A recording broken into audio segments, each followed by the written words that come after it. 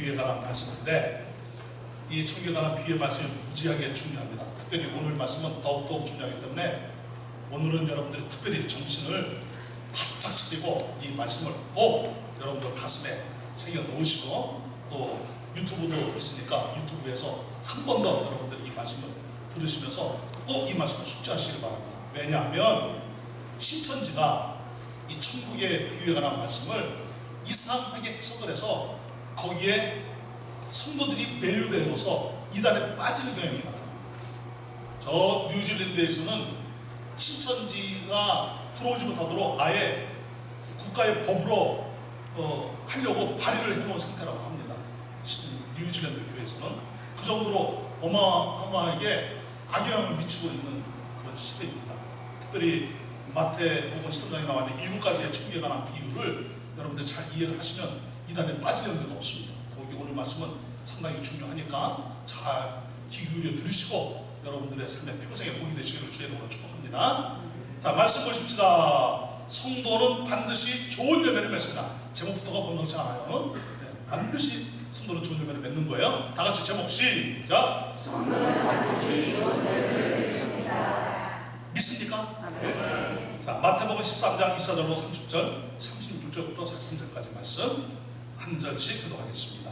예수께서 그들 앞에 또 비유를 들어 이르시되 천국은 좋은 씨를 제밭에 뿌린 사람과 같으니 사람들이 그들에게 와서 소시가에 가라지를 덤비고 싹이 나고 결실할 때에 가라지도 보이거늘 집주인의 눈물이 와서 하는데 주여 내 무슨 일이 자라나이까 그런데 가서 웃어 생겼나이까. 주인이 이르되 원수가 이렇게 하였구나. 종들이 말하되 그러면 우리가 가서 이것을 뽑기를 원하시나이까. 주인이 이르되 가만하라. 가라지 뽑다가 주사를 뽑을까 염려하노라. 둘 다 추수 때까지 함께 자라게 두라. 추수 때에 내가 추수꾼들에게 말하기를 가라지는 먼저 거두어 불사르게 단으로 묶고 곡식은 모아 내 곡간에 넣으라 하리라. 36절 시작. 예수께서 물려나사 세례를 받으시니 그들이 말하기를 바깥에 가라지의 비유를 우리에게 설명하였소서. 대답하여 이르시되 좋은 씨를 뿌리는 이는 인자요 같은 세상이요 좋으시는 성결한 죄악으로 가라지는 가자야 하리요. 가라지를 뿌린 원수는 마귀요 추수 때는 세상 끝이요 추수꾼은 천사들이니. 그러므로 가라지를 보고 그에 사는 것 같이 세상을 그대로 돌아가라. 인자가 그 천사들을 보내리니 그들이 그 나라에서 모든 넘어지게 하는 것과 또 불법을 행하는 자들을 거두어내어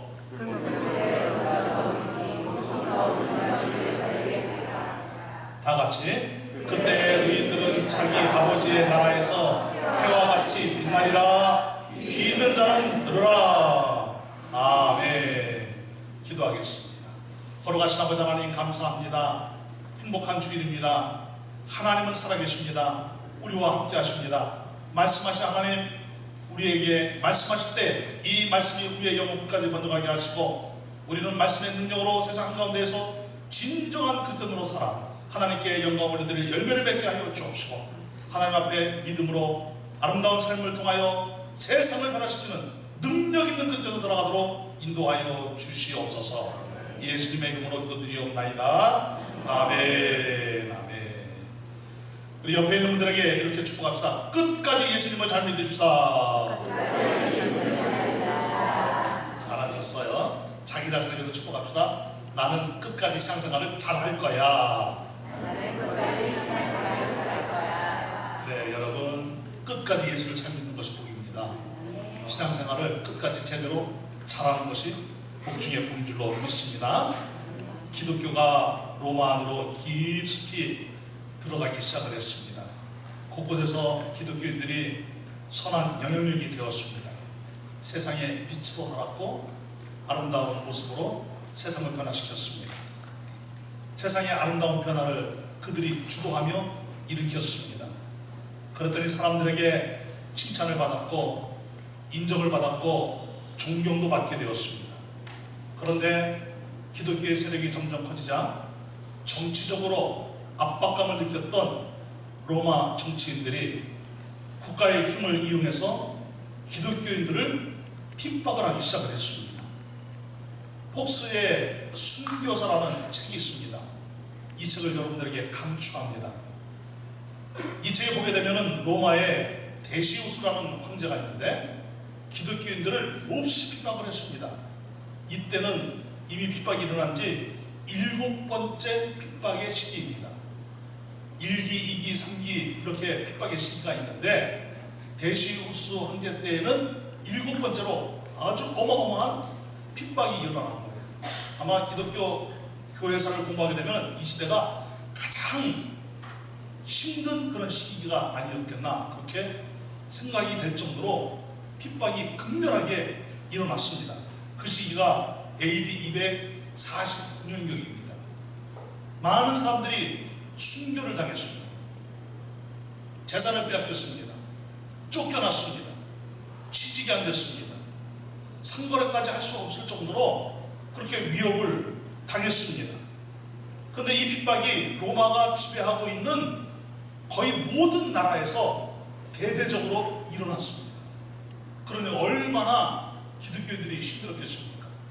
순교를 당하고 부모가 죽고 자식이 죽고 한 가족이 몰살당하고 교회가 위협을 당하고 그런데도 신기한 것은 교회는 계속해서 뻗어갔다는 것입니다.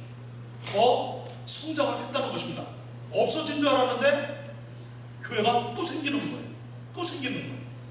성도가 없어진 줄 알았더니 여기저기서 성도들이 또 생기는 거예요. 폭스의 순교사를 보게 되면 눈물로 읽지 않을 수가 없습니다. 몇 가지만 그 내용을 제가 가지고 왔는데 당시에 시시리 출신의 한 젊은 여성도가 있었습니다. 그는 원래는 예수를 안 믿었는데 예수를 믿게 된 여성도입니다. 믿음이 참 좋았습니다. 선한 영향력을 주변 사람들이 끼쳤습니다. 마음도 얼마나 곱고 착한지 사람들이 그녀를 좋아했습니다. 그녀는 예수님을 정말 사랑했습니다. 나 같은 죄인을 살리신 하나님의 은혜가 너무너무나 감사해서 많이 베풀고 나누어주고 아름다운 사랑의 열매를 맺는 그런 성도의 삶을 살았습니다. 그런데 바로 그 지역에 총독이 있었는데 퀸티안이라는 총독이 있었습니다. 그런데 이 퀸티안이 이 믿음 좋은 여성들을 보니까 너무너무 외모도 아름다운 거예요. 이 성도의 이름이 아가타입니다. 아가타라는 여성도. 너무너무나 외모가 아름다웠습니다. 그래서 매혹이 되어졌습니다. 그래서 이 여인을 자기의 만족을 위해서 이 순결한 여성도인 아가타를 당시 유흥가에 넘겨버렸습니다. 그래서 당시에 유흥가를 주름잡고 있었던 아프로디카라는 여인이 있었습니다. 유곽의 여인 이 아프로디카에게 총독이 지시를 내렸습니다. 이 여자 죄 가운데 빠지게 해라. 그리고 많은 남자들을 상대해서 몸을 주는 그런 여자가 되게 해라. 명령을 내렸습니다.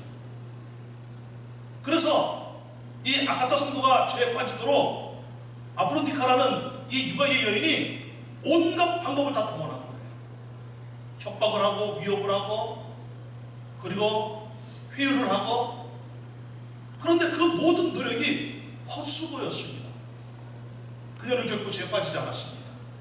모든 죄를 다 이겨냈습니다. 모든 협박을 다 이겨냈습니다. 그녀의 신앙적, 영적 순결함은 변함이 없었습니다. 저나 여러분들도 신앙적으로 영적으로의 그 순결함이 변함이 없기를 주님의 이름으로 축복합니다. 언제나 순수하고 맑고 고운 그런 영성과 신앙의 모습으로 살아가는 우리 모두가 되기를 축복을 합니다. 죄에 빠지지 않고 있는 이 아가타를 보고 퀸티안이라는 이 총독은 극도로 분노하였다고 합니다. 여러분, 우리 성도가 거룩하게 살면 세상 사람들이 한편으로는 우리를 좋아하지만 다른 한편으로는 몹시 싫어하고 핍박하고 박해합니다. 우리하고 똑같이 죄를 짓자는 거예요. 근데 너는 왜 죄 안 짓고 사느냐는 거예요. 그러나 우리는 죄를 이기는 성도가 되기를 주님의 이름으로 축복합니다. 이 기티안이 아가타의 미모가 워낙에 아름다웠기 때문에 이렇게 비유를 했습니다. 너 말이야 기독교를 배교하고 내 아내가 되라.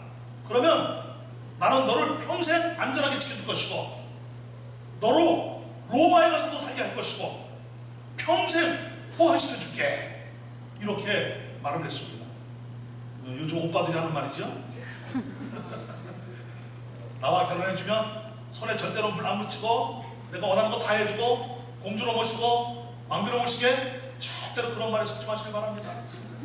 그런 말에 속았다면 이미 할 수 없지만 이 기티안이 아가타를 그렇게 소위 말해서 꼬신 거예요. 유혹을 한 거예요. 그러나 아가타는 그 말에 넘어가지 않았습니다. 그는 단호하게 말했습니다.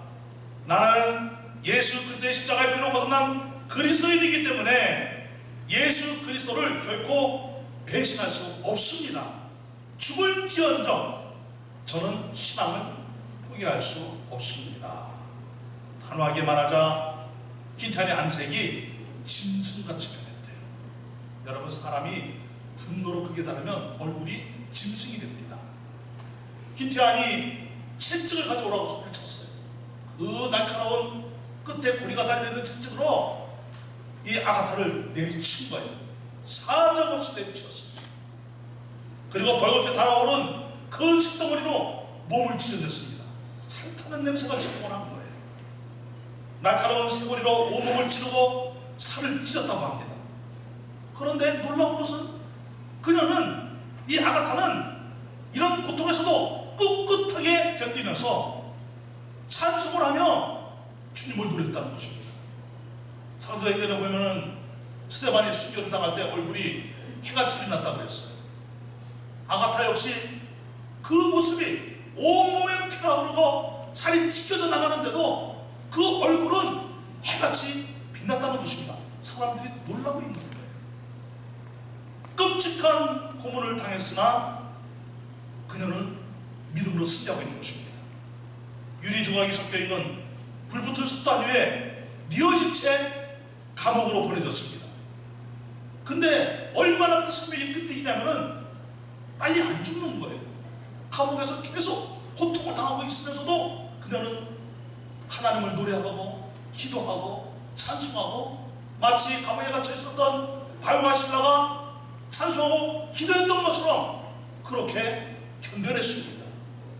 그러다가 마침내 AD 251년 2월 5일 그날 순교를 당하였습니다. 이 아가타의 죽음을 보고, 그의 신앙을 보고 많은 사람들이 그들도 핍박과 박해받을 각오를 하고 예수를 믿는 역사가 일어났다고 합니까? 더 많은 그리스도인들이 생겨난 거예요. 삼위일체론을 잘 정리한 중세신학자 아타나시우스라고 합니다. 적어도 이 사람의 이름 정도는 우리가 알고 있는 것이 필요해요. 따라서 아타나시우스. 잘하셨어요. 이분이 삼위일체론을 신학적으로 잘 정리해 주신 분이에요. 그전에는 아리우스라는 사람이 있었는데, 이 아리우스라는 사람이 삼위일체 없다 이러면서 많은 세력을 동원을 했습니다. 그 세력이 점점 강해지는 거예요.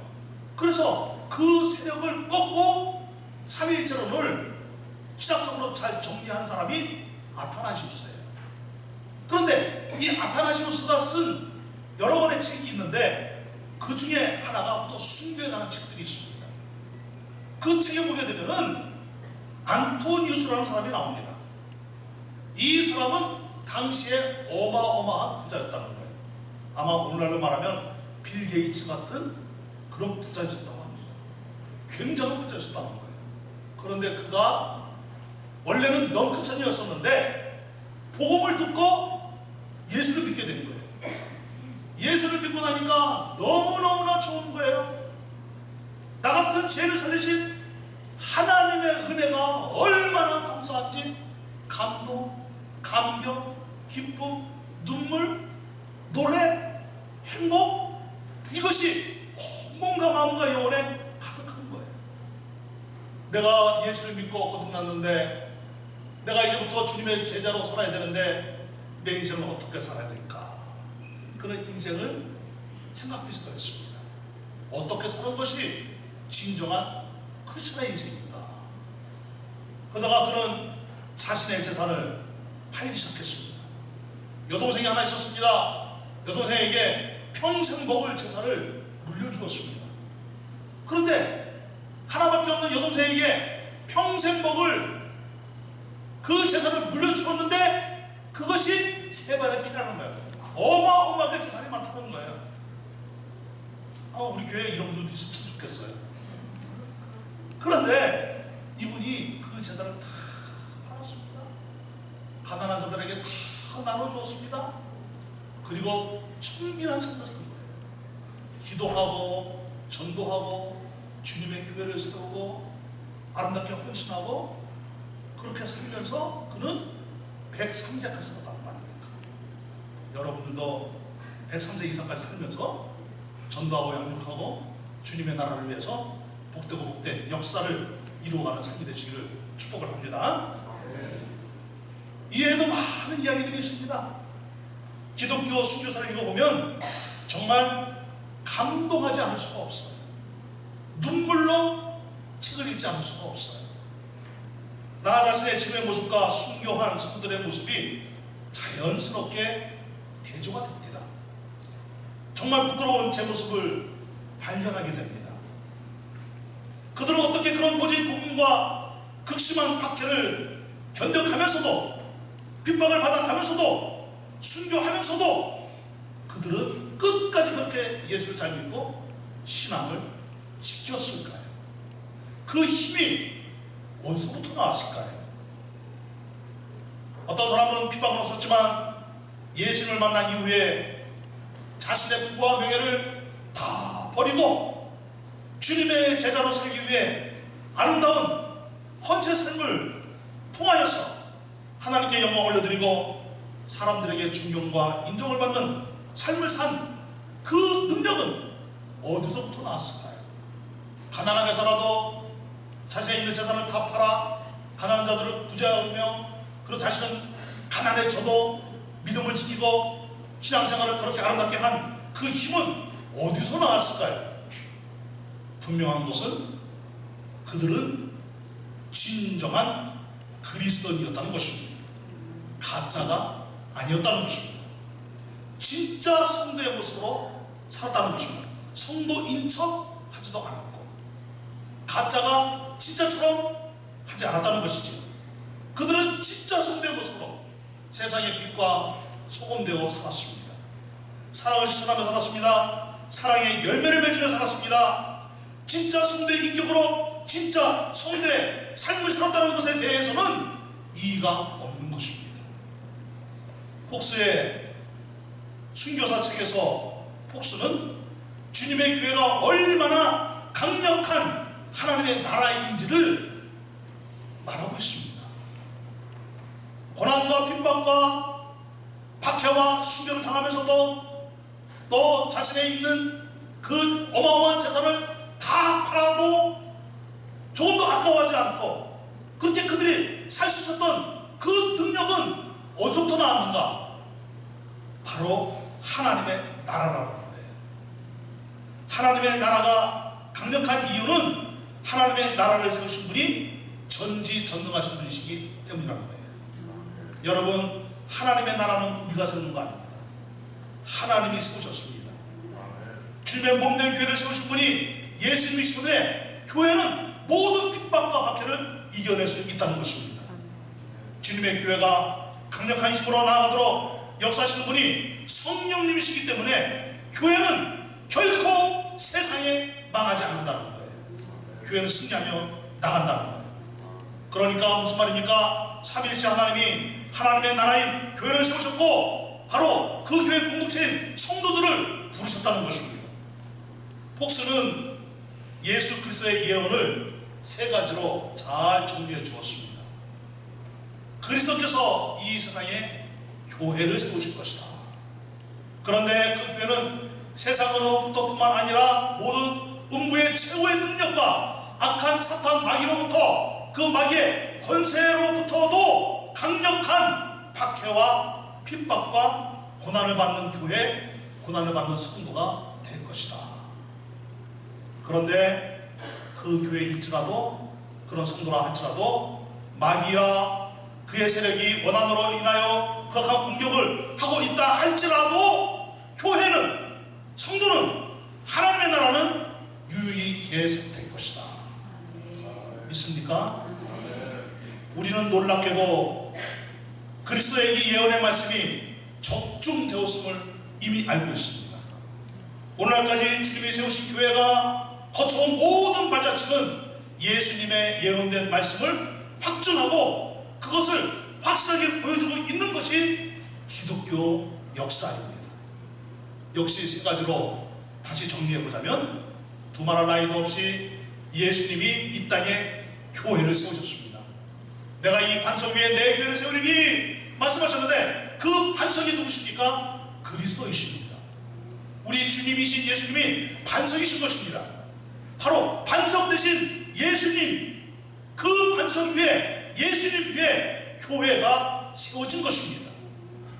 사탄마귀가 주님이 세우신 교회를, 주님이 불러 모으신 성도를 무너뜨리려고, 하나님의 나라를 방해하려고 온갖 수술을 다 사용했지만 교회는 지금도 계속되어지고 있다는 것입니다. 사탄마귀가 세상의 귀족들과 왕들, 정치가들, 이 정치인들, 군주 세력들, 통치자들, 지도자들, 온갖 이단들, 온갖 세상의 문화들, 이런 것들을 이용하고 자신의 모든 권력을 다 동원하고 교활한 수단과 방법을 다 동원해서 교회를 그렇게 박해하고 성도를 그렇게 죽이고 하나님의 나라를 그렇게 방해했지만 교회는, 하나님의 나라는, 성도는 무너지지 않았다는 거예요. 그들의 권세가 교회를 이길 수 없었다는 것입니다. 그래서 지금까지 시대마다 온갖 핍박과 박해와 환난과 역경이 있었지만, 그럼에도 불구하고 그리스도 예수님께서 말씀하신 대로 지금도 교회는 계속 그것을 견뎌내고 있으며 지탱하고 있으며 오히려 하나님의 나라는 확장되어져 가고 있다는 것입니다. 우리가 분명하게 알아야 될 것이 있습니다. 무엇입니까? 이 세상에 살고 있는 성도들은 도대체 누구냐 하는 거예요. 옆에 있는 분에게 물어봅시다. Who are you? 영어로 좀 물어봐요. 도대체 누구냐? 성도인 너는 누구냐? 성도인 Who am I? 나는 도대체 누구냐 하는 거예요. 여러분, 성도는 그냥 되는 것이 아닙니다. 인간의 노력과 스펙, 어떤 능력으로 되는 것이 아닙니다. 가문의 어떤 혈통으로 되는 것이 아닙니다. 예수님의 십자가의 보혈로, 예수님의 그 십자가의 보혈의 강력한 그 역사로, 예수 그리스도의 십자가의 그 복음의 능력으로, 성령님의 인도하심으로, 하나님의 주권적 권능으로 주님의 교회 공동체가 된 사람들이 바로 성도들입니다. 여러분들입니다. 아멘이십니까? 우리 모두는 하나님의 주권적 역사로 성도가 된 것입니다.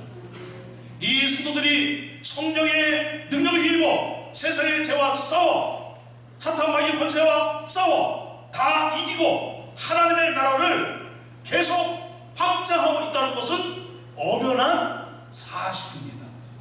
믿습니까? 예수님은 이 사실에 대해 여러 가지 비유로 말씀하신 것이지요. 그 비유가 바로 천국 비유의 말씀인 거예요. 마태복음 13장은 모두 7가지의 천국 비유가 나옵니다. 7가지의 비유의 공통점은 무엇입니까? 성도의 정체성입니다. 천국 백성이라고 하는 성도의 정체성, 자세, 태도, 그 성도의 인격, 삶에 대하여 매우 분명하게 묘사하고 있다는 것이지요. 이것을 이상하게 해석을 해서 성도를 후리고 유혹하고 넘어지게 하는 이단을 신천지라고 해요. 여러분 신천지 교리에 절대로 속아 넘어가지 않게 되길 바랍니다. 우리 사교계는 신천지 아웃입니다. 신천지 들어오면 무단 가택 침입죄입니다. 왜냐면 청관에도 써붙였습니다. 신천지 절대 출근이라고 써붙였습니다. 그래서 그냥 들어오면 신천지는 무단 가택 침입죄로 경찰에 바로 고발할 수 있습니다. 신천지는 당장 나가셔야 됩니다. 절대로 오면 안 됩니다. 여러분도 어느 누구도 신천지 잘못된 교리에 신천지에 빠지는 일이 없게 되기를 바랍니다. 그러면 오늘 말씀을 잘 들으셔야 됩니다. 여러분, 예수 그리스도의 십자가의 보혈의 능력으로 거듭난 성도의 삶은 세상과는 구별된 천국 백성의 모습이라는 사실을 믿습니까? 그들이 바로 하나님의 나라요, 즉 성도가 바로 하나님의 나라요, 성도들이 바로 교회 공동체인 거예요. 주님의 몸으로 존재하는 교회인 거예요. 바로 그 나라가, 바로 그 성도가 어떤 존재인지를 분명하게 말씀하고 있는 것이 천국 비유의 말씀인 것입니다. 그러니까 어떤 말이냐? 따라하자. 천국 백성은 종교적 행위를 하는 사람들이 아니라 거듭난 새 생명의 삶을 사는 천국의 사람들. 여러분 이것을 믿습니까? 여러분, 천국 백성은 종교적 행위라는 것이 아니에요. 거듭난 새 생명의 삶을 살고 있는 이 사실을 믿으셔야 됩니다. 오늘 본문 역시 천국과 관련된 비유의 말씀입니다. 예수님이 천국은 하고 말씀하고 있어요. 여러분, 천국이 실제로 존재하지요? 믿습니까? 영원한 세상이지요? 믿습니까? 반대로 지옥도 있지요? 지옥도 영원하지요? 여러분, 우리 이것을 믿습니다. 영원한 것을 믿습니다. 하나님 살아계심을 믿습니다. 여러분, 이것을 믿고 안 믿고는 엄청난 차이가 있는 거예요. 천국은 반드시 존재한다는 것입니다. 실존의 나라입니다. 영원한 나라입니다. 그런데 이 천국이 이 세상에서부터 이미 이루어지고 있는 나라예요. 하나님의 주권적 역사로 이미 이 세상에서 하나님의 천국을 이루시고 계시는 거예요. 회개하라, 천국이 가까이 왔느니라. 예수 그리스도를 통해서 이 땅에 천국이 이루어지고 있는 거예요. 하나님이 통치하시는 나라입니다. 영원히 쇠하지 않는 나라입니다. 망하지 않는 나라입니다. 더러워지지 않는 나라입니다. 그것이 하나님의 나라요, 그것이 교회요, 성도라는 거예요. 그래서 베드로는 베드로 1장 4절에서 이 하나님의 나라, 영원한 나라가 어떤 나라인지를 아주 성장하게 우리에게 가르쳐주고 있는데, 베드로서 1장 4절에 보게 되니까 썩지 않고 더럽지 않고 체하지 아니하여 유업을 있게 하시나니 곧 너희를 위하여 어디에 간직하신 것이라? 하늘에 간직하신 것이다. 믿습니까? 이 체하지 않고 더러워지지 않고 망하지 않는 영원한 천국은 이 세상에서부터 이미 시작이 되었는데, 천국 백성은 어떤 방해와 공격과 박해와 핍박과 환난 풍파와 유혹이 있어도 반드시 하나님이 기뻐하시는 모습으로 성장한다는 사실입니다. 뿐만 아니라 단지 성장하는 것으로 그치는 것이 아니라는 것이죠. 성장하고 열매를 맺는다는 거예요. 이것이 천국 백성의 모습이라는 거예요. 이 사실을 비유로 말씀하고 있는 것입니다.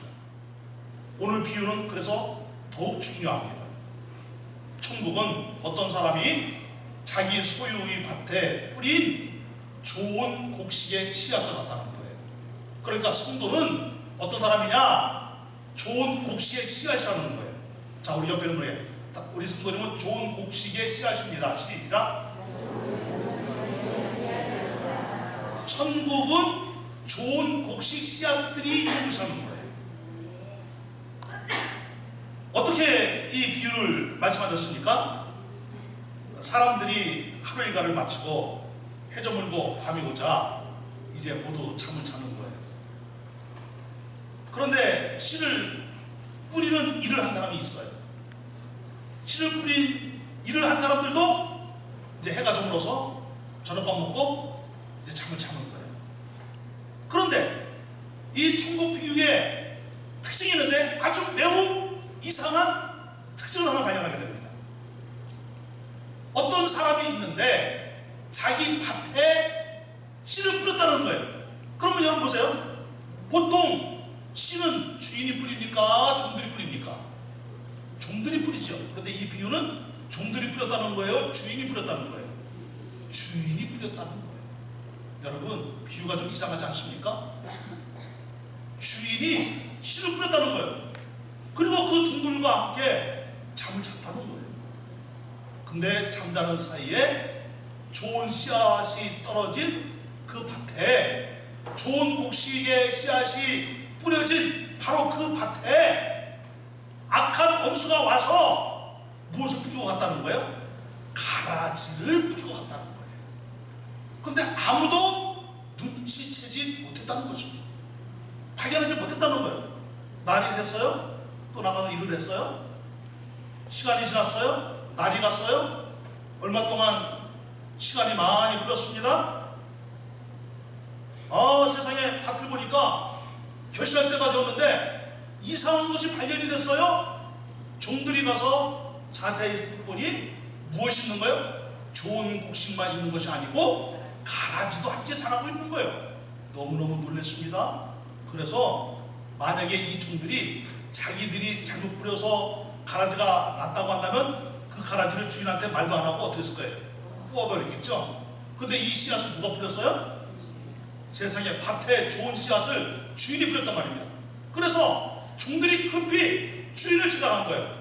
자기들 주인을 찾아가서 주인님 이상한 것이 있습니다. 분명히 주인님께서 밭에 좋은 씨를 뿌리지 않았습니까? 이 말은 무슨 말이에요? 아니, 주인은 혹시 가라지도 뿌린 거 아니에요? 이런 말이 그 안에 들어있었다고 볼 수도 있겠죠? 그렇게 생각할 수도 있겠죠? 아니, 이 가라지들이 있는데 도대체 이게 어디서 생긴 겁니까? 하고 주인에게 물은 거예요. 그랬더니 주인이 금방 알아차렸어요. 가라지가 우리 밭에도 자라고 있다고? 그거 우리 원수들이 와서 뿌리고 갔구나. 주인이 금방 알아차렸어요. 분별이 되는 거예요. 왜? 자기는 단 한 개라도 나쁜 씨앗을, 가라지 씨앗을 뿌린 적이 없거든. 좋은 씨만 뿌렸거든요. 그러니까 이 가라지는 원수들이 와서 뿌리고 갔다는 거예요. 그러자 종들이 말했어요. 그러면 그 가라지들을 우리가 가서 다 뽑아버릴까요? 주인님이 말씀만 하시면 지금 당장에 가서 그 가라지를 다 뽑아버리겠습니다. 그랬어요. 여러분, 이것이 인간입니다. 정의에 붙는 사람, 자기의 정의가. 아니, 어떤 못된 놈이 우리 주인님 밭에 가라지를 뿌려? 못된 놈, 우리 가라지 다 뽑아버리자. 뽑아 가라지, 뽑아 가라지, 물러가라. 여러분, 이것이 인간이에요. 그런데 주인의 생각은 달랐어요. 아니다, 말렸습니다. 그러다가 오히려 더 큰일 난다. 가라지를 가만두어라. 왜냐하면 가라지를 뽑아내다가 무엇까지 뽑을까? 곡식까지, 열매를 잘 맺어야 할 곡식까지 뽑힐까 염려가 되느니라. 그러니 추수 때까지 가만 내버려 두어라 말씀하신 거예요. 그러나 추수 때가 되면 내가 추수꾼들에게 말할 것인데 가라지를 먼저 거두어 불사르게 단으로 묶고 곡식을 모아 내 구간에 넣으라. 그렇게 할 것이다. 지금은 내버려 두라. 그렇게 말씀하신 거예요. 제자들이 이해가 안 됐습니다. 왜 그래야 되는지.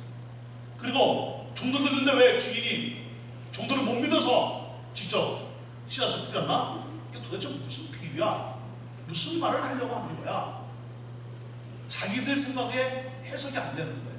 그래서 예수님께 물었어요. 예수님, 그 비유가 어떤 뜻인지 우리에게 설명을 좀 해주세요 하고 예수님께 물었더니 예수님이 아주 자세하게 설명을 주셨어요. 좋은 씨를 뿌리는 사람은 누구라 그랬어요? 인자라 그랬어요. 인자가 누구일까요? 예수님이시죠. 여러분, 하나님의 은혜로 우리가 성도가 된 것입니다. 하나님의 은혜로 구원받은 것입니다. 오직 은혜입니다. 내가 잘나서 하나님의 자녀가 된 것이 아닙니다. 하나님이 우리를 하나님의 자녀 되게 하신 것이에요. 좋은 씨를 뿌리는 사람은 인자여 예수님이에요.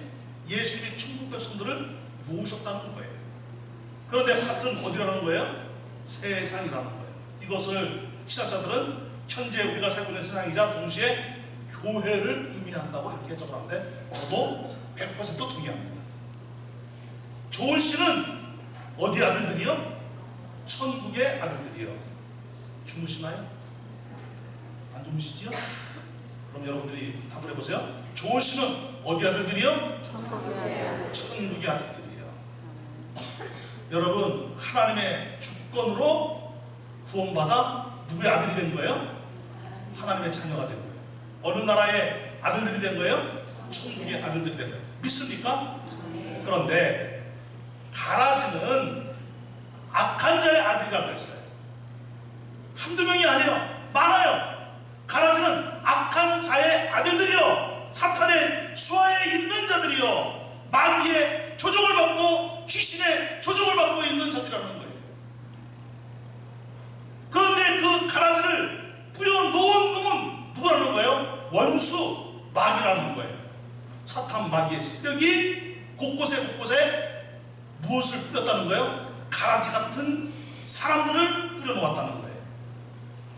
그런데 언젠가는 끝이 온다는 것입니다. 추수되는 세상 끝이요, 종말을 말하고 있습니다.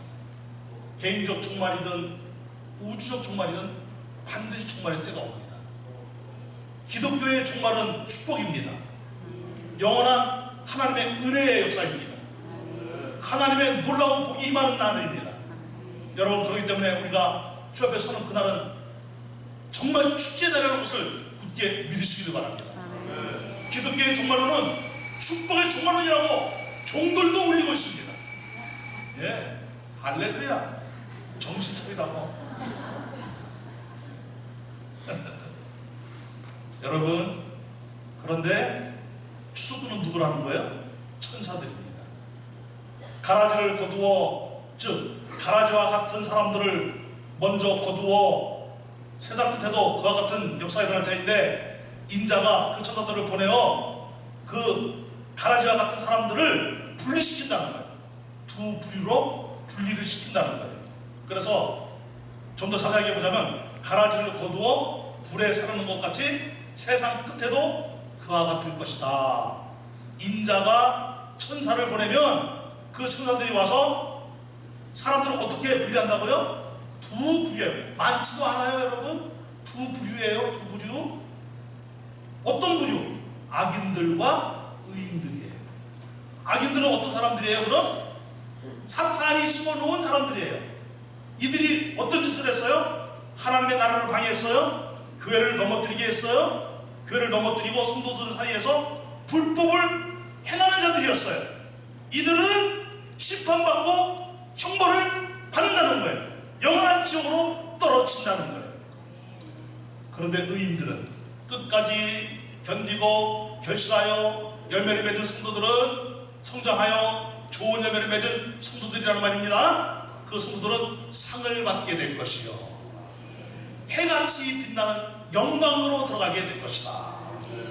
여러분, 무슨 말입니까? 하나님은 하나님의 완전히 공의로우신 심판을 죄인들에게 행하실 것인데, 하나님의 심판을 받고 영원히 죽어야 할 죄인들 중에 미리 택하시고 예정하신 대로 그 택한 자들을 구원하시기 위해 아무 죄도 없으신 예수 그리스도를 이 땅에 보내셨다는 거예요.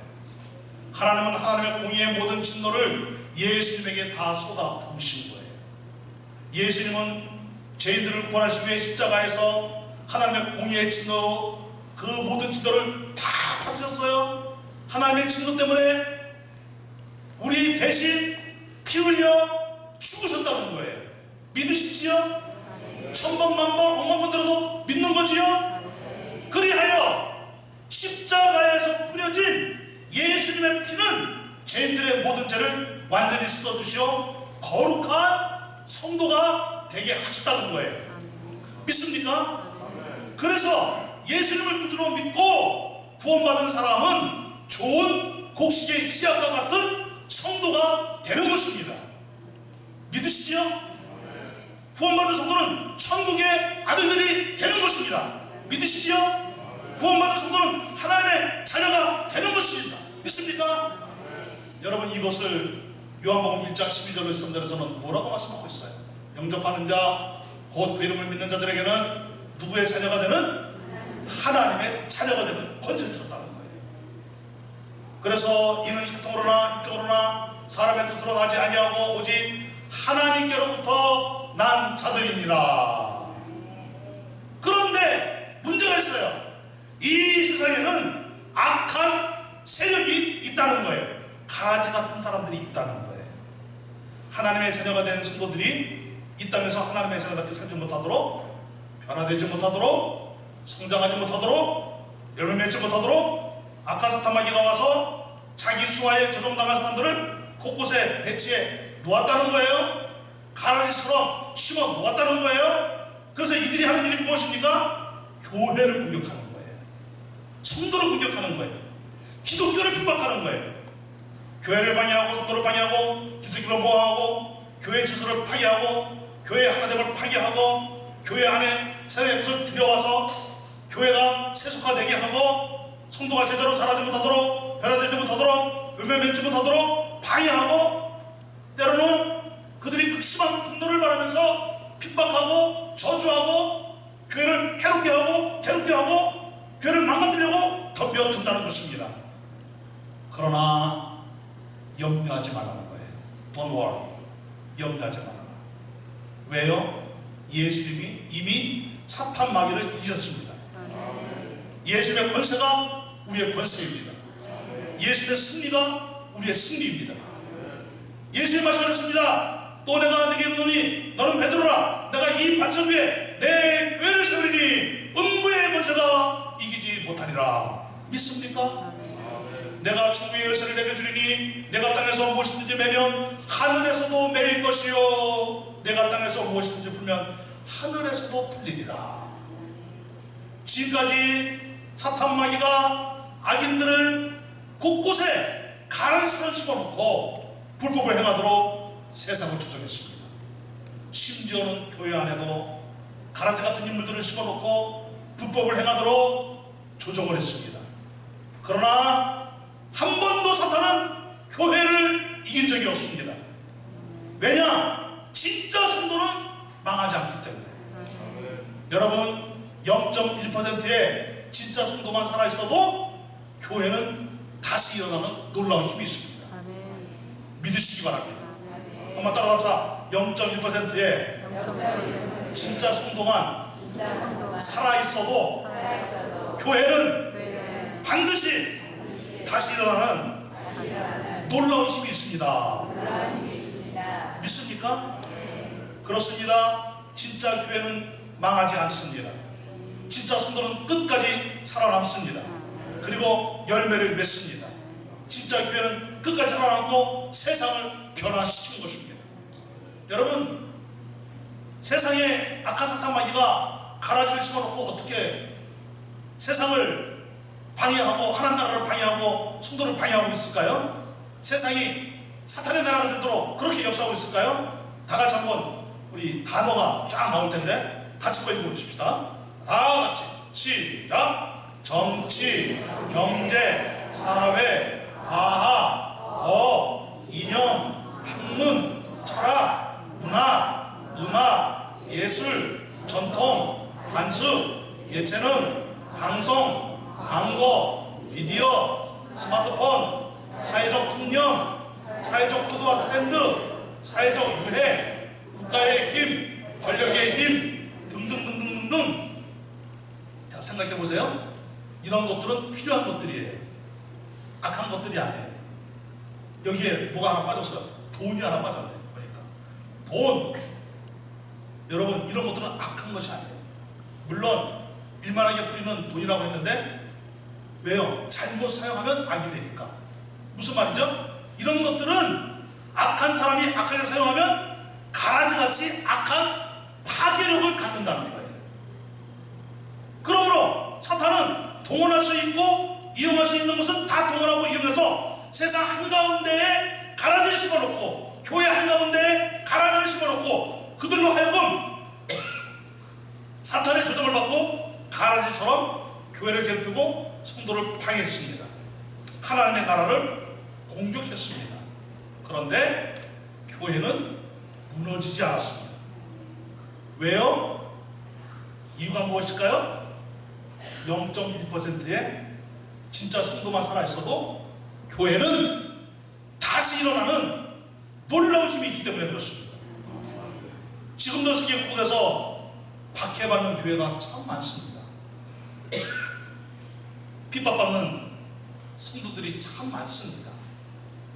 그런데요, 더 놀라운 것은 그럴지라도 정말 거듭난 성도는 반드시 변화됩니다. 이것이 기독교의 힘입니다. 여러분, 지금부터 하는 이 짧은 것을 여러분들 가슴에 새겨 놓으셔야 되는데, 아멘으로 가슴에 새겨 놓으시기 바랍니다. 변화되어야 거듭나는 것이 아닙니다. 아멘입니까? 그런데 거듭났기 때문에 변화되는 것입니다. 주변 상황이 아무리 안 좋아도 변화되는 것입니다.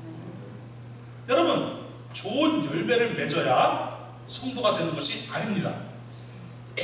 믿습니까? 그런데 성도이기 때문에 좋은 열매를 맺는다는 것입니다. 믿으시지요? 주변 상황이 아무리 안 좋아도 성도는 반드시 좋은 열매를 맺습니다. 그러니까 정말 예수를 믿고 진심으로 믿고 구원받은 성도가 분명하다면 주변 상황과 환경과 상관없이 성장하고 변화되고 열매를 맺는다는 것, 여러분 이것을 믿습니까? 그러면 이것이 어떻게 가능합니까?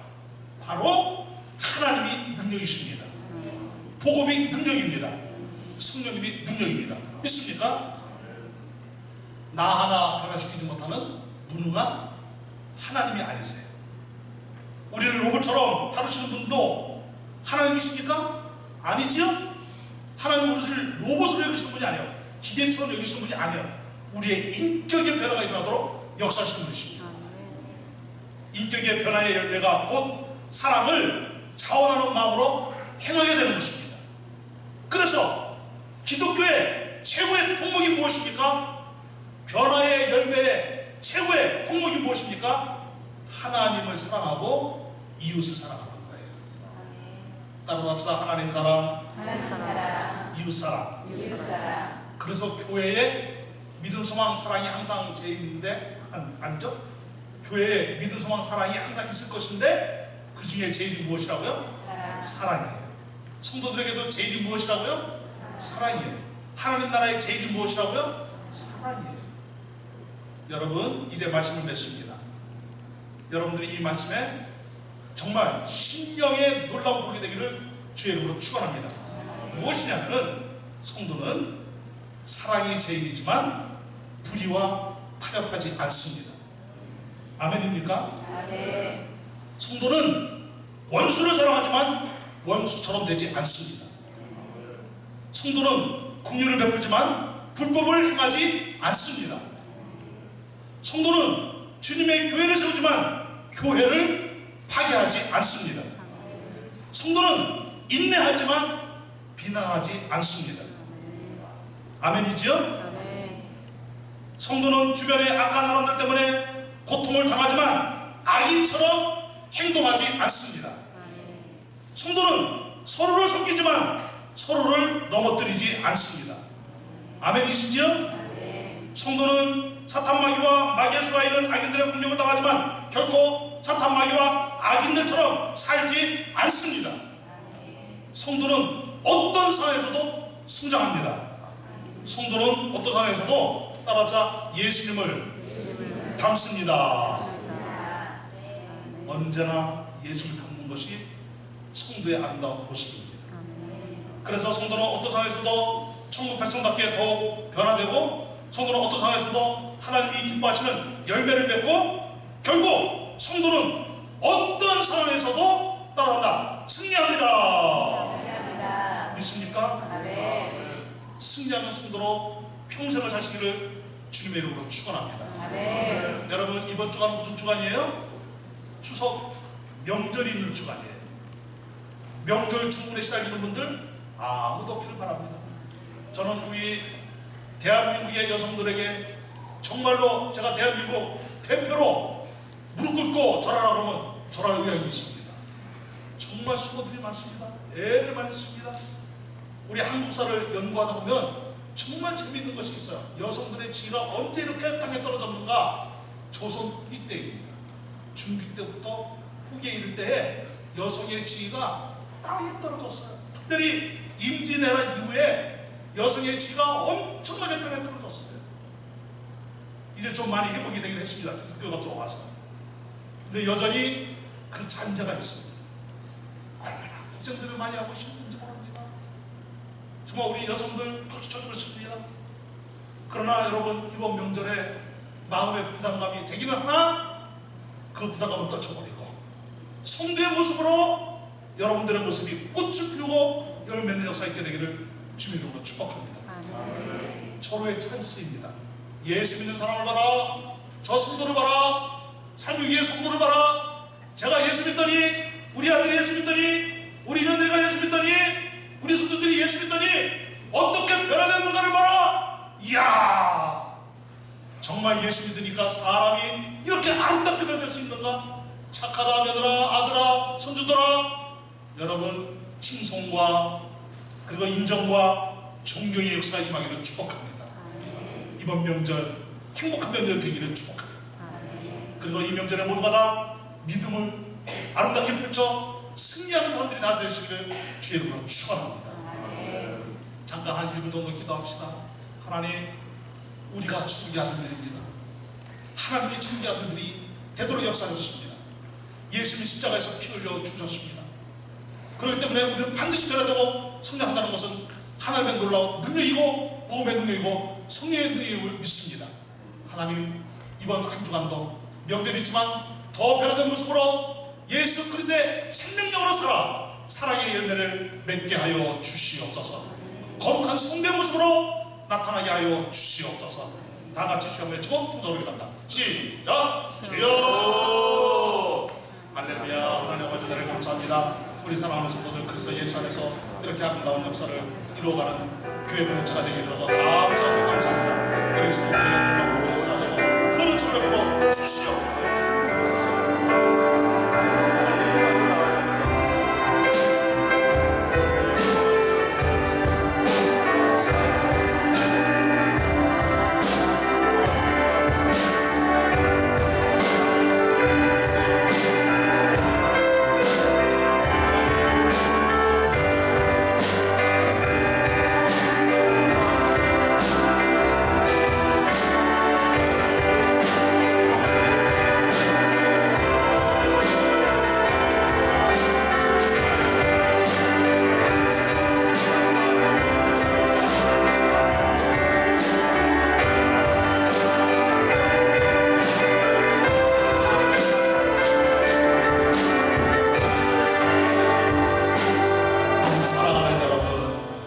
여러분들 정말 훌륭합니다. 정말 존경합니다. 그리고 사랑합니다. 여러분들이 성도입니다.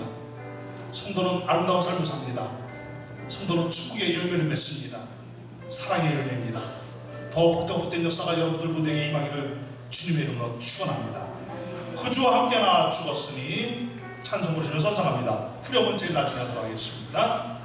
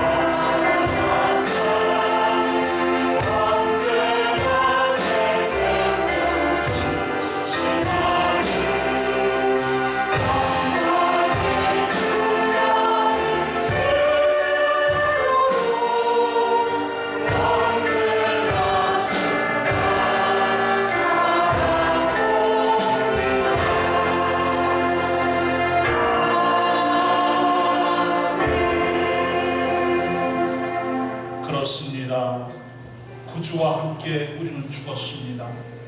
그리고 우리는 구주와 함께 살았습니다. 그러기에 우리는 성도입니다. 하나님의 능력, 복음의 능력, 성령님의 능력이 우리 안에 있기에 우리는 어떤 상황 속에서도 치유되고 회복되고 성장하고 그리고 열매를 맺고 변화의 역사가 계속해서 일어나 우리 기독교의 최고의 덕목인 사랑의 역사가 그 사랑의 열매가 성령의 열매가 주렁주렁 맺는 결실하는 성도가 될 줄로 믿습니다.